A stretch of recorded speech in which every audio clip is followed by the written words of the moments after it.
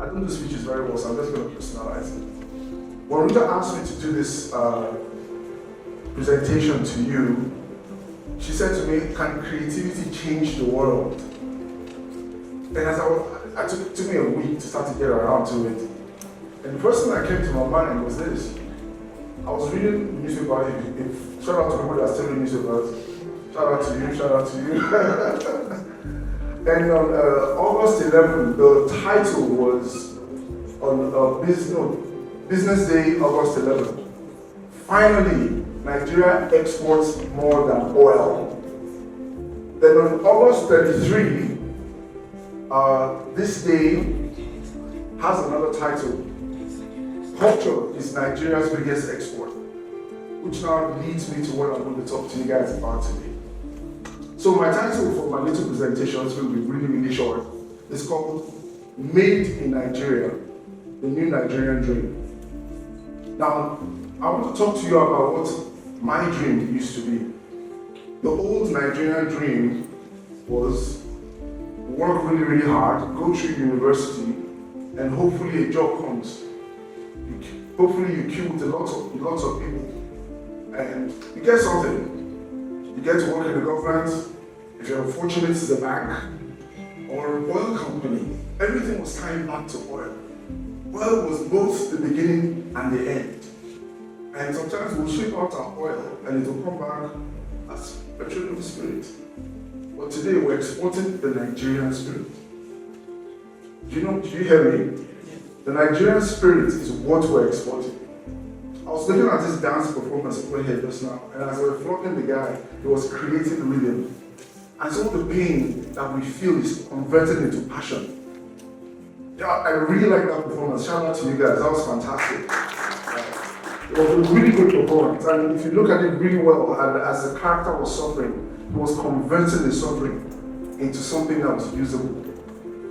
So, what are we really talking about? The film we watched also talked about the Jamba mentality. Now, made in Nigeria used to suck. Pardon my. It was a terrible thing. Made in USA was worse. We thought about. Nowadays, we're made in China, it's a little better. Today, made in Nigeria is something you're proud of. So, made in Nigeria for me is the new Nigerian dream. And that's where we're all sitting on. You understand me? I want you to look at this place and your roots of where you are as the next launching pad for your dreams. Do you understand me? So made in Nigeria, why? Why is made in Nigeria? Let's very quickly. In the place of dance, a barefoot young boy was dancing in the rain, dancing ballet in the rain. That boy's story, with all the background of suffering and everything, was made into a film recently. It just won an Emmy. One of the first Emmy, I don't even know whether this is the first Emmy. Madu, that's the boy's name, it's now an Emmy award-winning story. Yeah. Right?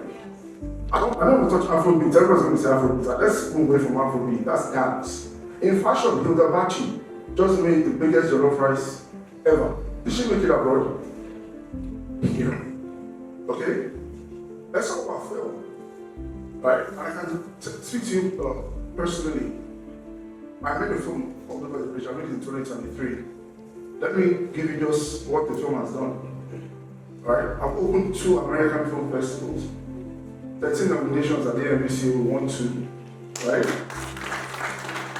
We have 8 Francophone countries distribution. So the film has been seen in 8 Francophone countries.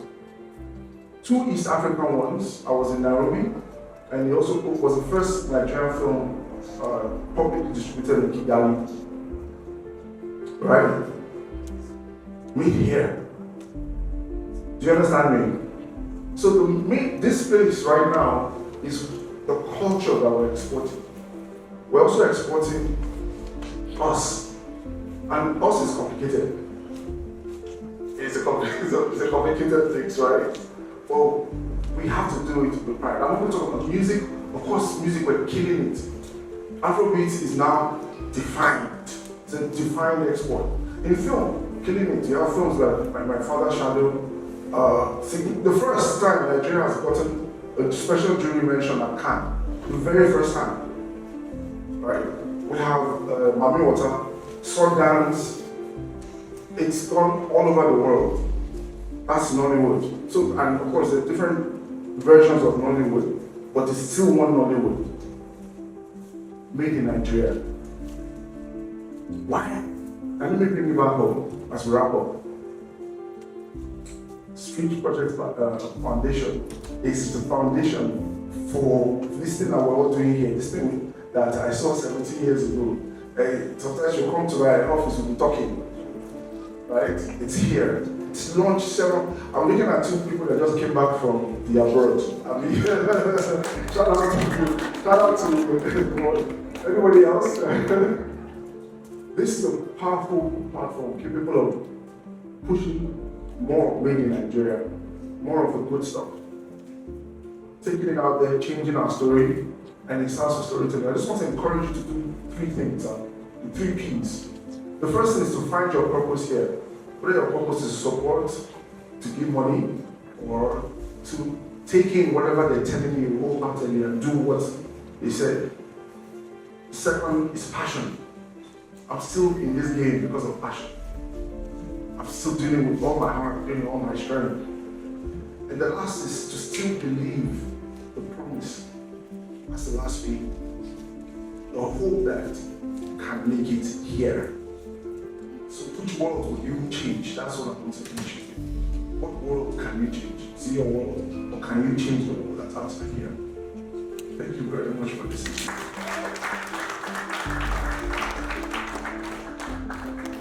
Do we have any questions for Tolu? Anybody before he steps down? You don't find Tolu all the time. Thank you. There are a lot of attention is paid to arts, is paid to dance, is paid to music, but rarely do we see attention paid to science. Are there any organizations like that that support people who are into those kind of things, especially with kids who create things in innovative things in technology?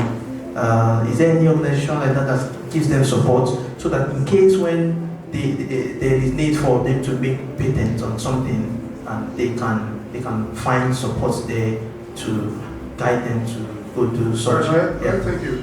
Firstly, there is the creative arts have suffered. We suffered for years. My parents used to be embarrassed sometimes. You know, I remember the conversation I was having, I said I wanted to be a cartoonist. As young as I know, this was a time creativity wasn't meant, you were going to be painting on walls. You want to be an artist. So if this is Do What You Love Festival, right? And we are essentially a creative arts platform. So there isn't a lot of focus on it. This is the first time we're coming into the spotlight. This is the best time right now to be an artist, right? Fintech is for people that are coding and sciences. There's a fintech conversation happening, right? There are a lot of young coders, there's young people in science. Understand? If somebody has a passion for that, I guarantee you they will find something.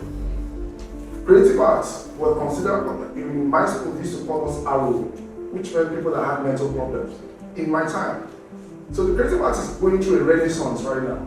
And it's still one of the toughest places to be in. To keep, like she is writing and nobody's talking. To keep drawing, nobody's looking at or is buying. You understand? We went through that cycle from sports. Now sports was big. Then we had some people in science. Fintech is fantastic right now. They are attracting so much funds. There's engineering. There's a resurgence too in agriculture. If you read that article I was talking about, right? But the creative arts has been in the shadows for a very long time. So when I'm speaking in a very celebratory turnaround of one of the accomplishments. Nollywood used to be a joke. Was meant for something to survive, but now it's become something that's exportable. So the conversation we're having doesn't come from all this attention. We seize the spotlight and we turn it on ourselves. You understand me? So, for this moment, But talking to creatives who I felt on the scene for, I would say for the better part of 30 years. Better part of 30 years, you're an artist, they'll tell you to go and draw on buses. You couldn't take, there wasn't an academy. The stuff I'm teaching now, no one taught me.